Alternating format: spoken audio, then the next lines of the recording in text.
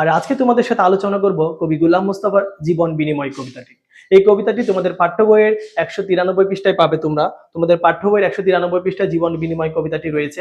জীবন বিনিময় এ কথার অর্থ কি? জীবনের বদলে জীবন, অর্থাৎ একটা জীবন দিলে তার বিনিময়ে অপর আরেকটি জীবন ফিরে পাওয়া, সেটা হলো জীবন বিনিময়।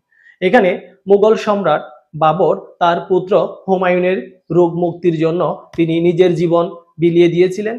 বিনিময়ে পুত্র রোগ থেকে মুক্তি পেল, সুস্থ হলো, সে কাহিনী এই কবিতায় বর্ণিত। সেজন্য এই কবিতার নাম রাখা হয়েছে জীবন বিনিময়। এই কবিতার কবিকে গোলাম মুস্তফা।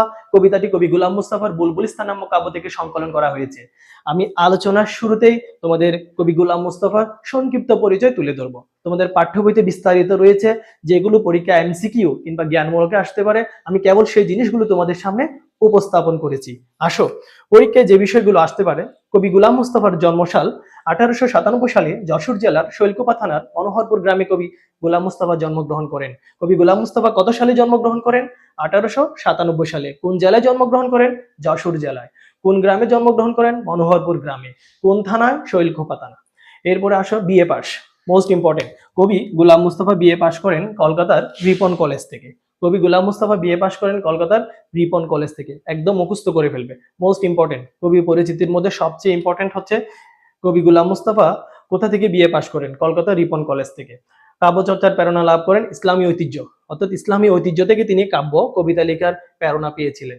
এরপর কাব্য রক্তরাগ, খসরোজ, বুলবুলিস্তান। এই বুলবুলিস্তান এবং রক্তরাগ মোস্ট ইম্পর্টেন্ট।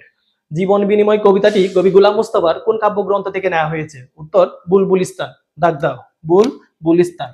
এরপর উপন্যাস ভাঙা বুক, রূপের নেশা, এক মন এক প্রাণ। ভাঙা বুক, রূপের নেশা, এক মন এক প্রাণ, এগুলো হলো তার লেখা উপন্যাস। জীবনী গ্রন্থ, অর্থাৎ তিনি কাহিনী লিখেছিলেন বিশ্বনবী মহানবী হযরত মুহাম্মদ সাল্লাল্লাহু আলাইহি ওয়াসাল্লামকে নিয়ে। বিশ্বনবী এবং মরুদুলাল, মরু মানে মরুভূমি, দুলাল মানে পুত্র। এরপরে অনুবাদ, অন্য ভাষা থেকে তিনি ট্রান্সলেট করেছিলেন অনুবাদ গ্রন্থ কালামে ইকবাল, আল কোরআন, শিকওয়া ও জওয়াবে শিকওয়া। এরপরে মৃত্যু, 1964 সালে কবি গোলাম মুস্তফা মৃত্যুবরণ করেন।